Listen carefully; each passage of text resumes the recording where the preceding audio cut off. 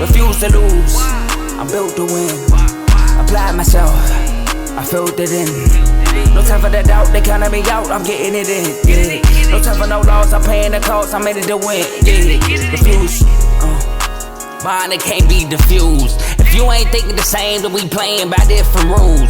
You can't see the vision, we living at different views. Until we complete the mission, keep getting up, never snooze. I walked a mile in my shoes, had the mind of a fool, chasing diamonds and jewels. Trust me, I was confused. Started minding my business and used my mind as a tool. Ended up finding my purpose and found the time to get to it. They told me I couldn't do it, they told me I couldn't make it. They sold it, could never break it. That's sadly mistaken. I need a piece of the pie, I want it so bad I can taste it. They told me like Toby, keep on running, toes they gon' take them. Refuse to lose, built to win. Applied myself, I filled it in. No time for the doubt, they counted me out, I'm getting it in. Yeah. No time for no loss, I pay for the cost, I'm winning to win. Yeah. Refuse to lose, I'm built to win. Applied myself, I filled it in. No time for the doubt, they counted me out, I'm getting it in. Yeah. No time for no loss, I'm paying the cost. Welcome everybody to Zero Sports Talk. It's been a while since I dropped an episode. That's because I've been preparing for the World Cup, mostly the World Cup preview that I'm gonna do right now today. Oh man, it's finally about to happen. June's around the corner, which means the World Cup is about to start. And this is the largest World Cup in history, guys. 48 teams, 12 groups. It took me a while to really dive into the teams.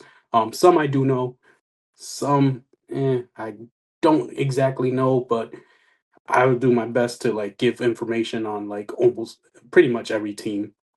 Um, and we're gonna take a look at the groups. I'm gonna give some predictions and name some players to watch. So if you're casual, don't really know that much about soccer, get out your notepad and write some of these names down because they're gonna be much watched. Also, the must watch games in the group stages that I'm looking forward to, and probably most people are looking forward to. Uh, and the main characters, the guys that are on their last ride, the guys that are into their career, looking to accomplish a World Cup victory. So here we go. Let's start it off with Group A. Mexico. Always feel like I honestly always feel like they let their fans down, but are one of the host countries this time, which means they automatically qualified. A team that's only made it as far as the quarterfinals, I believe, in the past, looks to finally break free of those chains. They will have the world, a crowd on their side. Mexico is a great crowd, great place to play soccer. They're led by veteran Raul Jimenez, who scored 9 of Mexico's 22 goals in 2025, and veteran coach Javier Aguirre. Now, some of these names I might get wrong. Forgive me for if the players watch. Forgive me about that. I'm gonna try my best to pronounce them as best as I can, but here we go. Aguirre is in his third stint as Mexico's coach and is their winningest coach of all time, and also the only one to win 2 Gold Cups. Not the most talented Mexican team, but an experienced one that is used to pressure. They got a lot of it, obviously, this time around. So they're gonna have to play with more chaos, is what Aguirre said, coach. I'm paraphrasing, don't know his quotes exactly, but he said he wants to play with chaos. He says most times the teams that play a pretty style of football don't really win. Um, but this Mexican team in their history has been full of bad luck, and hopefully that luck changes this time around for them. Now, South Africa, the Bafana Bafana. Only 3 appearances: 98, 2002, 2010. This will be their fourth. They don't have that extensive World Cup history. They've been eliminated in the group stage every time. And honestly, 2026 probably won't be any different. But if you need a player to watch, it's Lau Foster of Burnley, 25 years old, and carrying a massive burden on his shoulders. Hugo Brooks is their manager, who led Cameroon to the 2017 African Cup and guided Bafana Bafana through the 2026 qualifiers. So I won't say they got much of a chance. I don't think most are looking at them as being the 2 teams to advance from this group, but anything can happen in this kind of tournament. So that brings me to South Korea, who's basically been a staple in the World Cup since '86.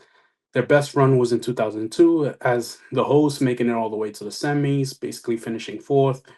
Although after a weird game against Spain, whereas there was some controversy, the controversy wasn't from Korea. It was from the officiating.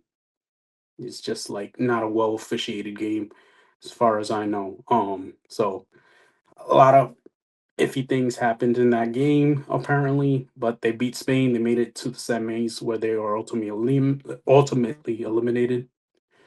They recently made it out of a tough Group H in 2022, shocking Uruguay and beating Portugal 2-1 to advance before losing to Brazil in the round of 16. For Korea, I want to mention three key players. For 2021-22 Premier League Golden Boot winner and current LAFC winger Sung Hyung Min, who is considered South Korea's greatest football player. And if you check the stats, that's pretty much true. Um, he's still balling for LAFC. I remember watching him for Totem Hotspurs. He was great on that team at the time. And then Bayern Munich center defender Kim Min Jae, a former Serie A Best Defender Award winner with Napoli, will be leading the defense. And Lee Kang-in, a young PSG midfielder, who's got the experience playing with one of the titans in Europe, who just I just finished watching them win back-to-back UEFA Champions League titles. So he at least has that pedigree. He's won a golden ball with South Korea's under 20 team at the World Cup. So he has experience in winning. He has experience on the national stage, and we'll see if they can make some noise. Now, Czechia, after a 20-year wait, Czechia is back in the world stage. First appearance since the group stage exit in 2006, but this time they have the Czechian Cristiano Ronaldo.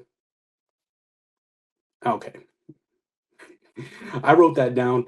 I shouldn't have said it. It just sounded funny because in Euro 2020, uh, the top scorers were Cristiano Ronaldo and Patrick Schick. I think that's how you pronounce it, Schick. And so I just like found that funny that those two were the top scorers, so I just called them the Sheck, Ronaldo, whatever. But Sheck, now 6 years later, will look to make some real noise in his first World Cup. Again, Czechia didn't advance for 20 years, so he hasn't been able to transfer his Europe success into world success. But they do have the second longest manager in World Cup history in Miroslav Kolbeck, who took over in December 2025. Don't know how he'll manage the team, not that familiar with Kolbeck. But in this group, my prediction will be that I have Mexico and South Korea advancing. Now, out of the other two teams, who I would think is more likely to advance would be Czechia. Um, if they can upset one of the top two, Mexico or Korea. But those are the two I got moving on. Group B, Canada, Bosnia, Qatar, and Switzerland. Well, another host nation, Canada, automatically advances because of every host country automatically gets to play in the World Cup. But they're a hockey nation, and this is the second of three host nations in the tournament, and only their third appearance in the World Cup. Um, Not much to say. They played 6 matches in World Cup play in the past, lost all 6, had 0 points, and one lonely goal in Qatar in 2022. I think that's all they did. Their players to watch are young 24-year-old speedy fullback Alfonso Davies coming off an ACL injury. So we'll see how that plays out in the tournament if he is going to continue playing. But he's expected back. Don't know if they're going to limit the minutes on him. And 26-year-old Juventus striker Jonathan David, looking to break out against tough competition. Not this group specifically, but just in general. Um, yeah, they're coached by Jesse Marsh, who was in line for the U.S. coach job in 2023, but ended up in Canada after U.S. went back to a familiar face. That's Canada side. Actually, I'll save it for my prediction at the end. I was gonna say something about their chances. I'll save it. Not much I can say though of Bosnia and Herzegovina. Herzegovina. I think that's how you pronounce it. Sorry again if I mispronounce it. But not so much I can say. This is their first appearance since 2014, eliminated in the group stage. They're led by captain Eden Desco, who has over 450 career goals. This will be a chance at one last hurrah for the veteran, and joined by playmaker young Izmir Braj.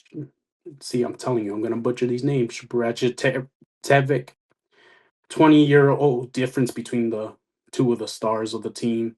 And it's kind of like having Braun and Bronny out there, apparently. But I'll give them credit. They are the ones that shocked the world and knocked out Italy from the World Cup, which I still couldn't believe. Um, Italy didn't make it, one of the premier football countries.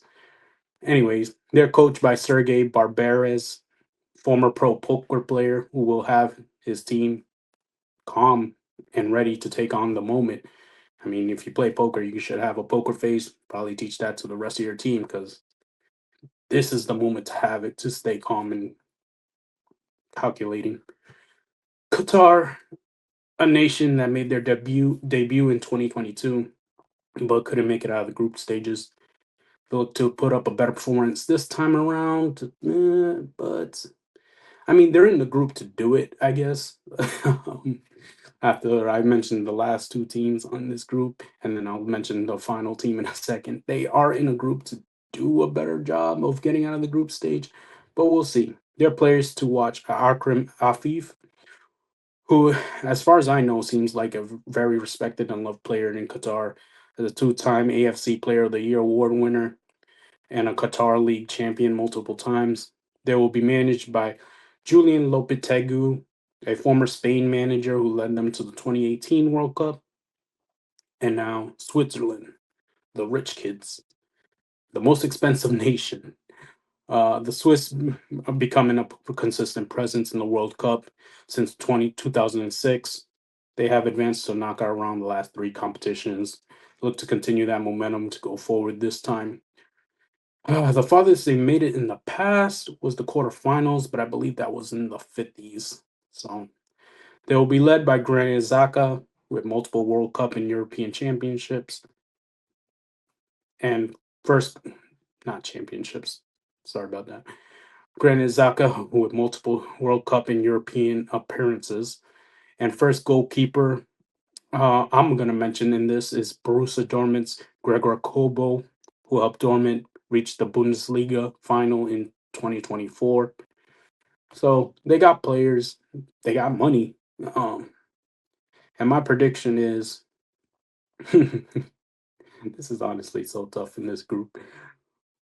I'm going to say Switzerland with the power of money and Qatar. I'll say Qatar. I feel bad not picking Canada because they're a host country, but it's like, no. Something's got to give in that group. I don't like that group at all, honestly. Um, oh, I didn't mention a match to watch for Group A, by the way. Yeah, I think it's South Korea and Mexico for Group A. That's the game to watch. Um, we'll see if they're playing for something on the line. Maybe one is close to being knocked out, but that's definitely a game to tune into. In Group B, a game to watch. I don't know, Qatar and Canada. I don't know. Switzerland and Canada. I don't know. I want to see how that host country does, but like, oh my God, that group, I just don't like it. All right, Group C. At least we got a Titan this time. Brazil, Morocco, Haiti, and Scotland. We'll start off with Brazil.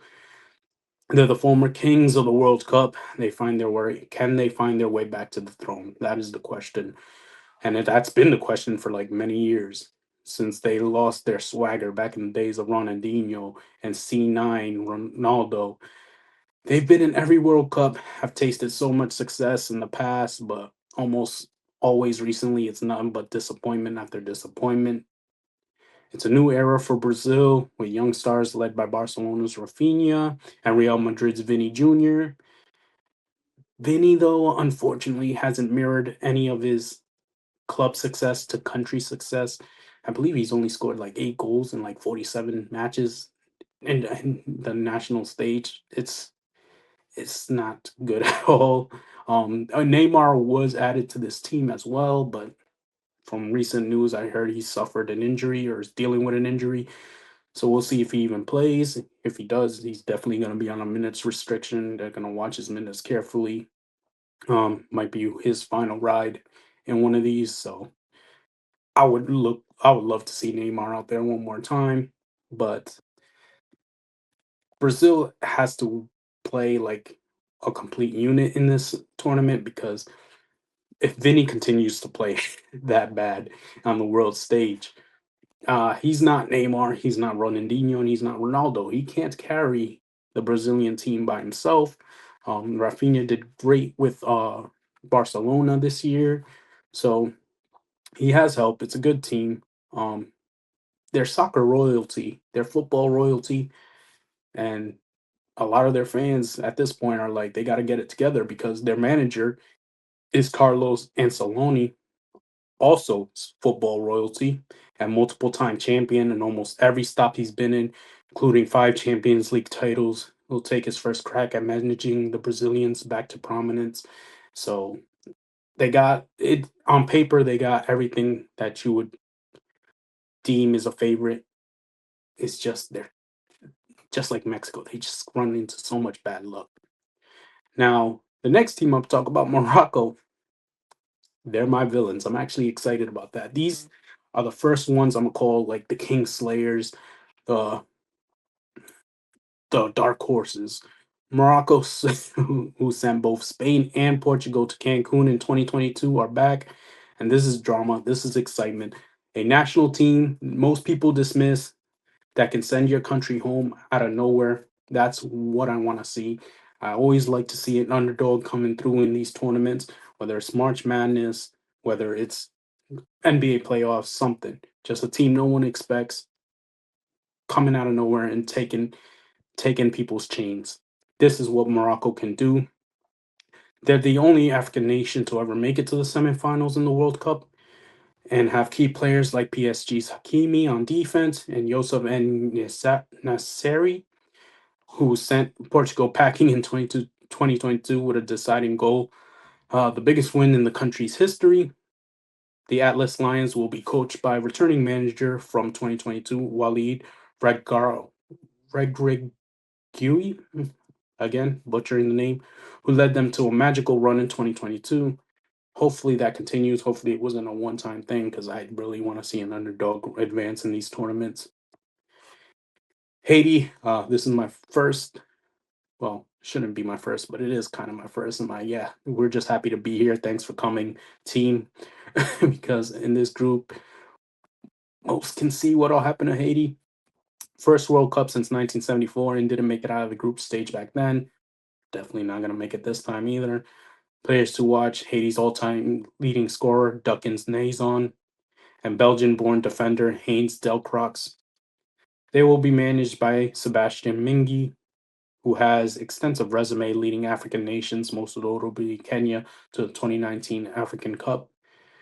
But again, they're probably gonna have the shortest highlights in this tournament. Anyways, Scotland. Their first World Cup appearance in the 21st century. Yeah, I don't know. I pause because it's like it's just so weird to say. 'Cause I feel like Scotland would have like a history like England in soccer, but then again, I think about England's history in the World Cup is not that good. But we'll get to them. But no trophies, not much history, not much success. But this can be different. They have the reigning Series A MVP Scott Tominey, who came up through the Manchester United Academy. and saw a rise in his game in Italy. Also, captain, leader, Liverpool left back Anthony Robertson is another key player watched. They are managed by Steve Clark, who's managed in both England and Scotland. All right, Group D with the favorites in the tournament. No, I'm kidding. United States. They're the hosts. They automatically get to be entered into the tournament. Honestly, with all the disappointment the U.S. has had in football, probably better that they just qualify and don't have to work for it. Um, anyways, far be it from me to not know the embarrassment that the U.S. men's national team has been since forever, but especially since 2002. While the women have been a staple in the country's success when it comes to football, the men not even close. They are too inconsistent to really. You can't really rely on them on multiple to go on multiple game strings.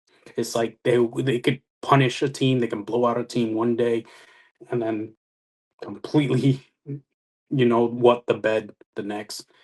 Very unreliable team, but they have players to watch that are going to be interesting. They have Christian Puzles, Puzlesnik. He's American and I can't even pronounce it. I'm having problems.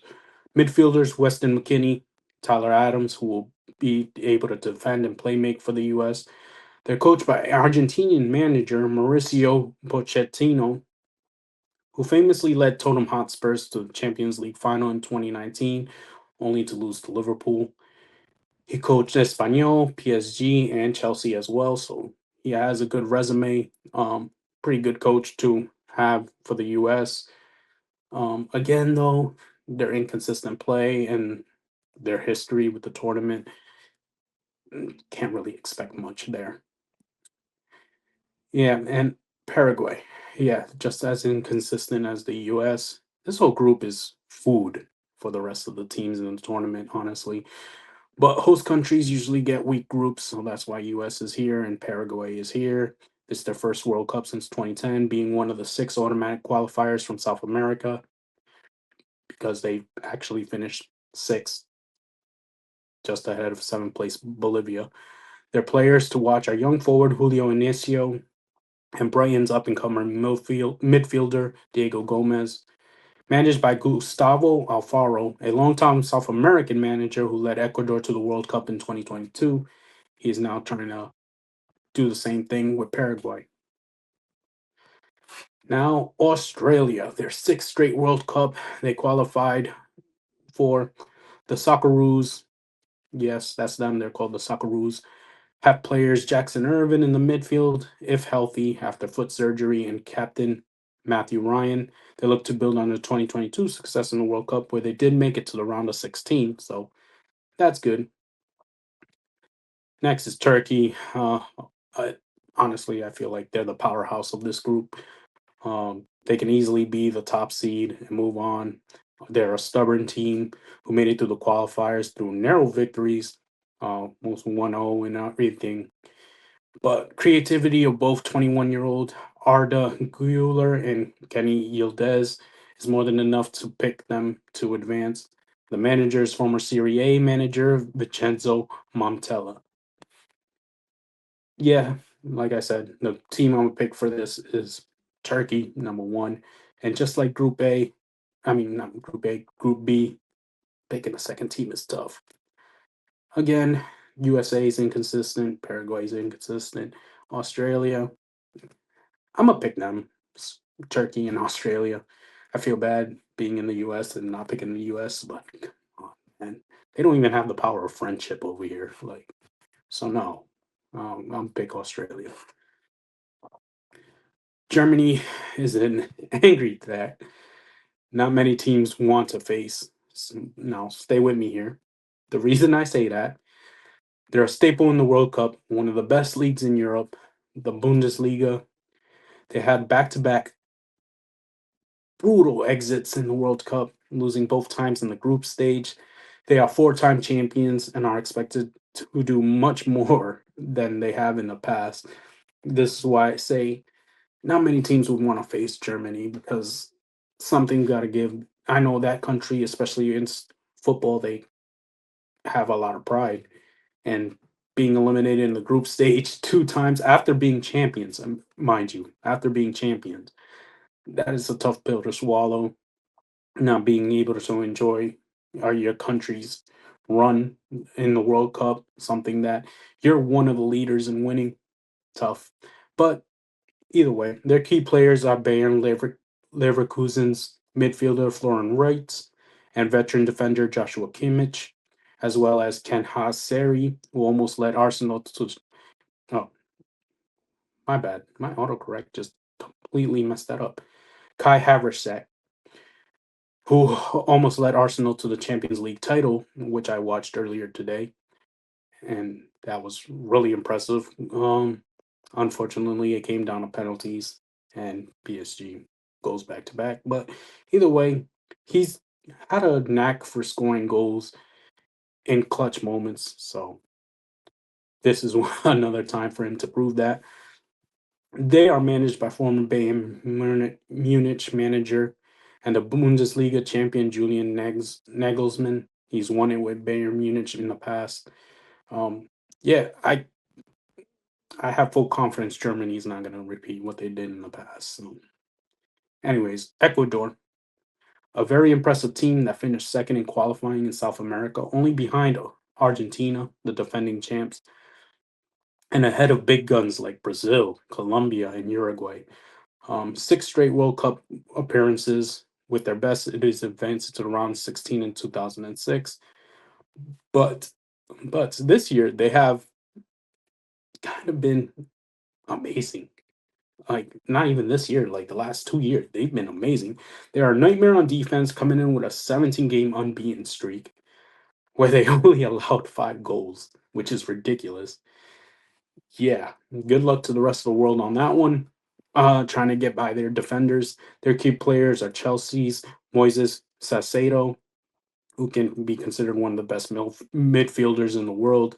And defensively, they got defenders William Pacho of PSG and Piero Hakim Capi. I just watched the game and they said his name and I still can't pronounce it. Of Arsenal. And if you know those teams, PSG and Arsenal, you know why Ecuador's defense has been so elite. Sebastian Barcesi Becasesi is their manager, and he has that team rolling. Ecuador can pull up a lot of upsets if this continue. Like their only problem will be scoring goals, because they're definitely gonna stop them. They kind of reminded me of how Arsenal's been playing in the Champions League.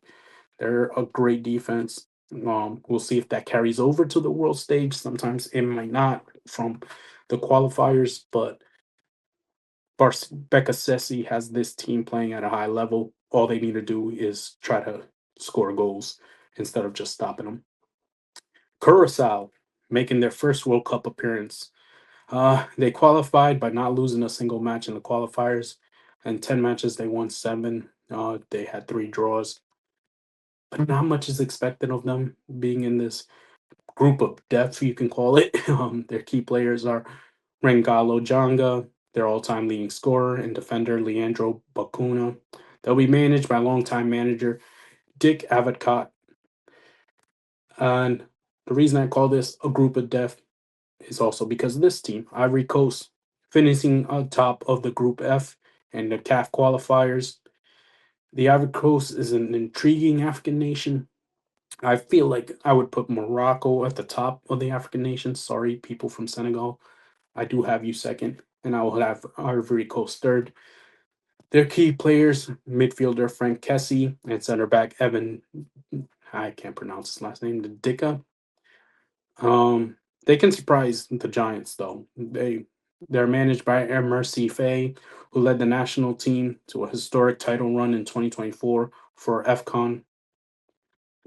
This is again not many African teams make it far in this tournament, but if Ivory Coast can find a way to pick up a win on Germany or Ecuador, and Germany again, even though I said they won't repeat their mistakes in the past, history does tend to repeat itself.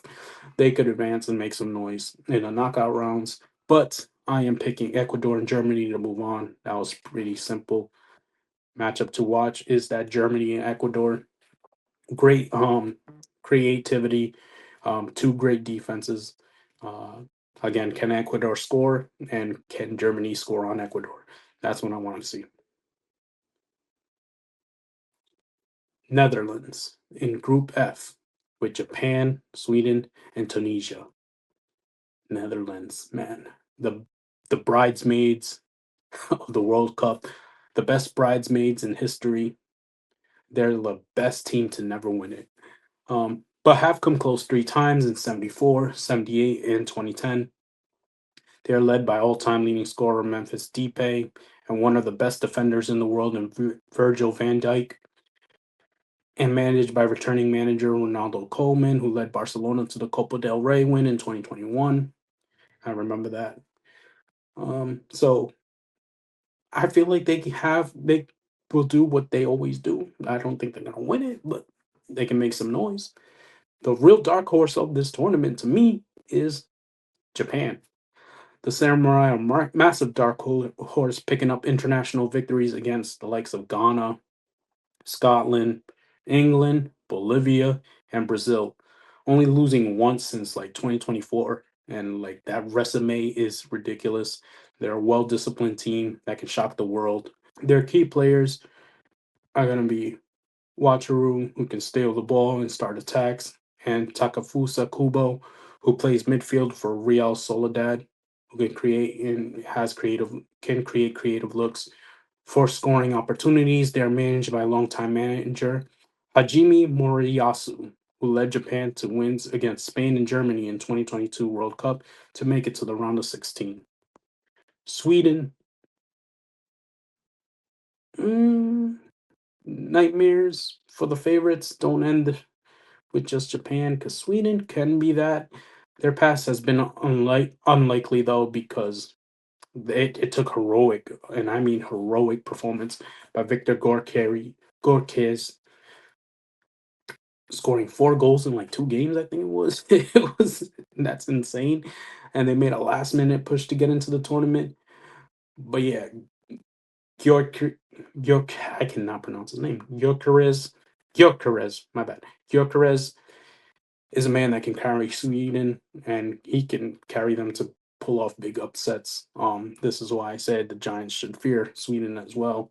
Him alone, the heroics he can pull off, but they also have other key players and striker Alexander Isak, who I'm a fan of, great player that can rival Gurkis in goal scoring, and midfielder Yasan Ayari, who can create for those two strikers.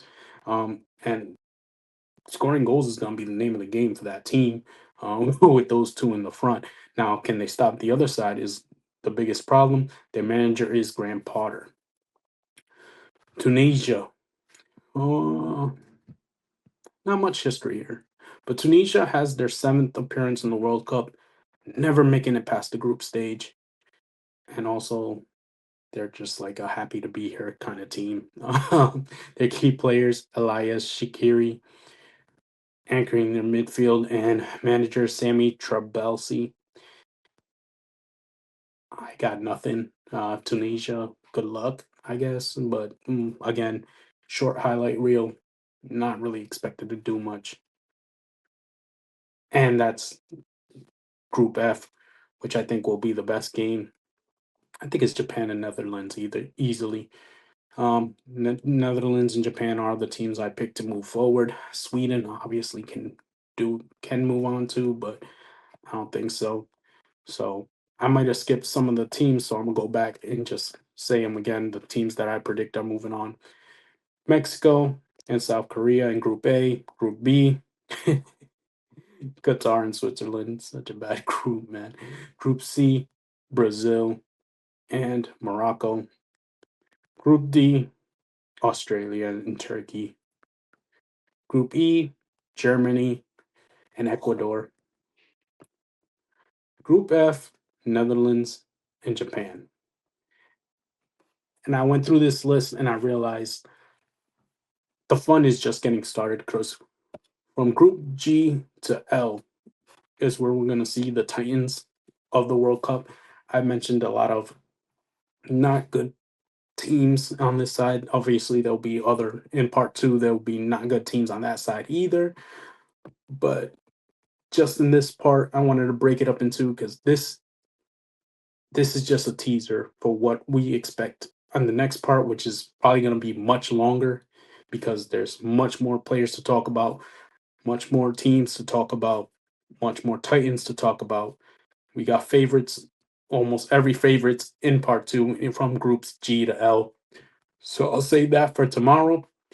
But thank you guys for watching for today. And to make sure to tune in to all the R2L shows that we got on the R2L network. Got the R2L show with Joe, Dave, and Tomo. Got Baseball with Teddy, covers all the baseball topics. Got Unfazed with JJ and AJ. NBA, NFL debate show. If you basically like a first take, undisputed type thing. In the red corner with Ty, Ricky, and Tomo.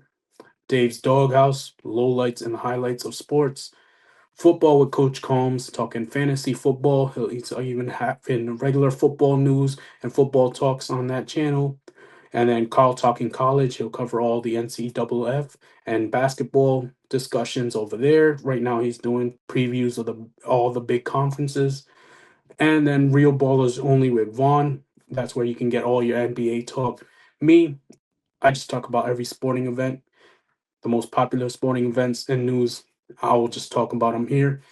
And till next time, I can't wait to get started on part two because that one's going to be incredibly long. Peace out.